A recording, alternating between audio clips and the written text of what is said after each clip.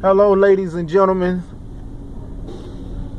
This is your boy Bobby Cadabra with Hard Truth Network. And unfortunately, I'm coming at you today with another semi-rant. Not a full-fledged rant, but a partial rant about my partners, the good folks over at Uber.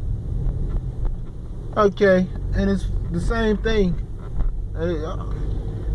I'm not even mad anymore because I got good news today. You know, I was given a job offer for a company that I applied for like maybe over 6 months ago. You know, and it's also a driving job, but it's not an app. It's not where people can give me stars and get me fired and all kinds of crap. You know what I mean? So pretty much the storm is over. You know, I can now decide if I want to continue to work with Uber, which I may do like once or twice a week. But it's crap of them irking my nerves every day with they underhanded practices. You know, it's over. But I'ma still tell you like what happened to me like within the last 24 hours. Okay. I don't like giving my location because I mean I say some pretty controversial things, and I really don't want Uber or anybody else that I may mention, you know, or that may not like what I'm saying to be able to track me down, you know. So I don't give my exact location, even though I think that sign right there just gave it away. But I drove to the biggest city in my state, which I'm going to go ahead and tell you, Charlotte, North Carolina. Okay.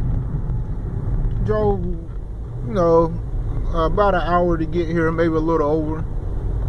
Worked all the way through the night. Got here about 9 o'clock Saturday night, you know, the night before Easter. And I worked all the way up to really about 9 o'clock the following morning. You know, and it was trip after trip after trip. You know, I did pretty good. Maybe about $250. So I said it was worth it. Okay. All night long, all the rides was positive. You know, Charlotte got some really nice people as opposed to where I live at, you know. And every time I come here, usually my score rises by 2 points. You know, everybody just giving 5 stars and high fives. Okay. So my last call I got was a call to pick up a guy from this fancy hotel and bring him to the airport. Okay. So I go to the address he put in, and lo and behold, you know, it was an apartment with a security gate. So I call him. That's when he let me know he's not at the apartment. He's up the street from the apartment. And he got a heavy Italian accent. And he keep trying to tell me the name of the place where he at. But he can't tell me the address. He just saying the name. Like I said, I'm not even from here. So I'm like, bro, I need the address. And he's saying, I don't have the address. And I just happened to kind of cruise around to where I thought he was at. And I spotted him. Okay, and I picked him up. We had a fairly uneventful ride to the airport. You know, we conversated a little. It got a little eventful because he was telling me about a product that he makes. And then I told him I wanted a bottle of it. And somewhere it got lost in translation. I guess his English isn't that great. You know, because it was awkward. He spent 5 minutes asking me what did I say. You know, I kept saying it over and over. I just want a bottle of the product you make. But for some reason he couldn't understand my English, and it got a little weird.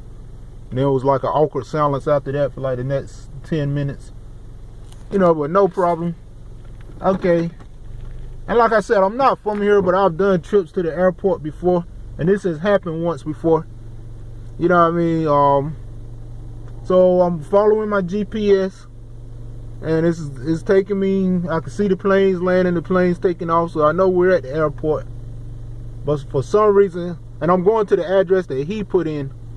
For some reason, it took me It took me to like the back part of the airport, no terminals, no nothing, just on a dead end street in the back of the airport. And that happened to me one time before, you know what I mean?